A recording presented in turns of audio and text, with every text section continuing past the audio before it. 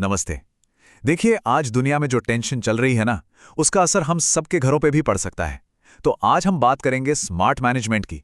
डरने के लिए नहीं, बल्कि स्मार्ट तरीके से तैयार रहने के लिए। और देखिए, सबसे ज़रूरी बात यही है, इस पूरी बातचीत का आप कह सकते हैं जो निचोड़ है वो यही है कि पहले से की गई तैयारी ही हमें किसी भी मुश्किल दौर में मन की शांति देती है। तो चलिए शुरू करते हैं और शुरुआत हम करेंगे घर की सबसे अहम जगह से, हमारी रसोई से। यहाँ हम सबसे पहले खाना पकाने के फ्यूल और राशन पर फोकस करेंगे। देखिए, हाल ही में जो गैस सप्लाई की दिक्कतें हुई हैं ना, उन्होंने हम सबको एक बहुत बड़ा सबक सिखाया है। वो ये कि घर में चाहे कोई भी कनेक्शन हो, एक बैकअप प्लान होना अब कोई ऑप्शन नहीं बल्कि एक ज़रूरत बन गया है। तो यहाँ ना दो तरह के हालात बनते हैं और दोनों के लिए प्लान होना चाहिए। देखिए, अगर घर में सिलेंडर आता है तो एक एक्स्ट्रा सिलेंडर हमेशा फुल रखना, ये सबसे अच्छा तरीका है।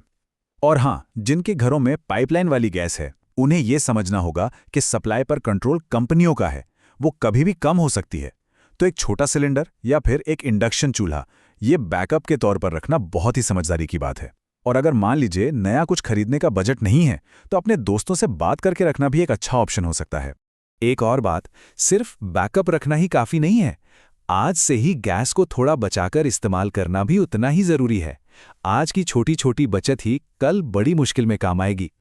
अच्छा, गैस की बात तो हो गई। अब आते हैं किचन की दूसरी सबसे ज़रूरी चीज़ पर, यानी राशन पर।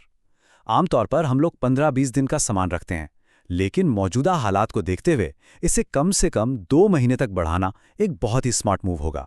और ऐसा क्यों करना चाहिए? इसकी वजह बहुत सीधी सी है।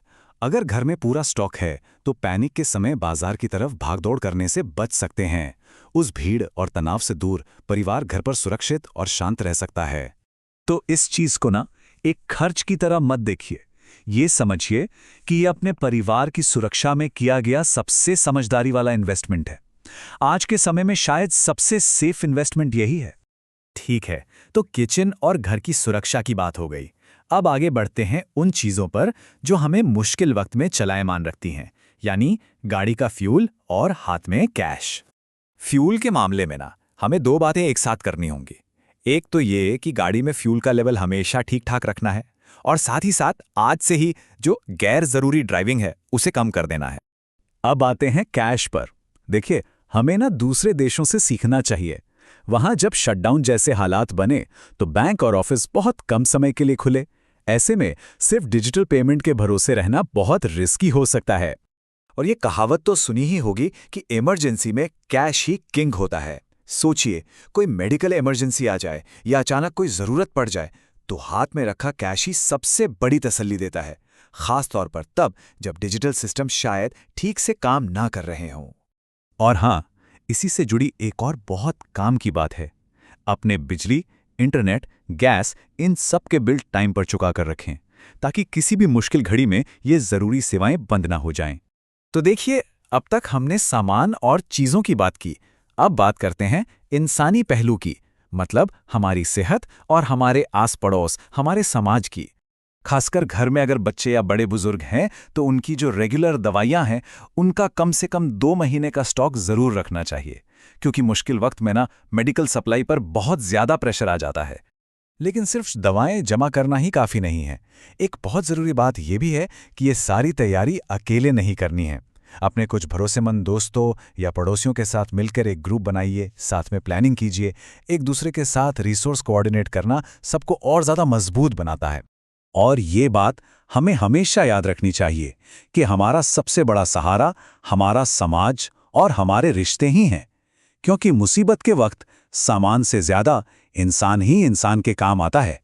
तो आखिर में चलिए इन सारी तैयारियों को एक अलग नज़र से देखते हैं। ये असल में अपने परिवार की सुरक्षा और मन की शांति में किया गया एक बहुत बड़ा निवेश है। तो इस पूरी बातचीत का निचोड़ क्या है? निचोड़ ये है कि हमें अलर्ट रहना है, हमें तैयार रहना है, घबराना या डरना नहीं है। आज की ये जो छोटे छोटे बदलाव और बचत है ना, यही कल हमारे परिवार के लिए एक बहुत बड़ी राहत बनकर सामने आएंगे। और हाँ, अगर आपके पास भी इस तरह की स्थिति से निपटने के लिए कोई अच्छा सुझाव है तो नीचे कमेंट्स में ज़रूर बताइए। क्या पता आपका एक सुझाव किसी के बहुत काम आ जाए। तो बस जागरूक रहिए और सुरक्षित रहिए।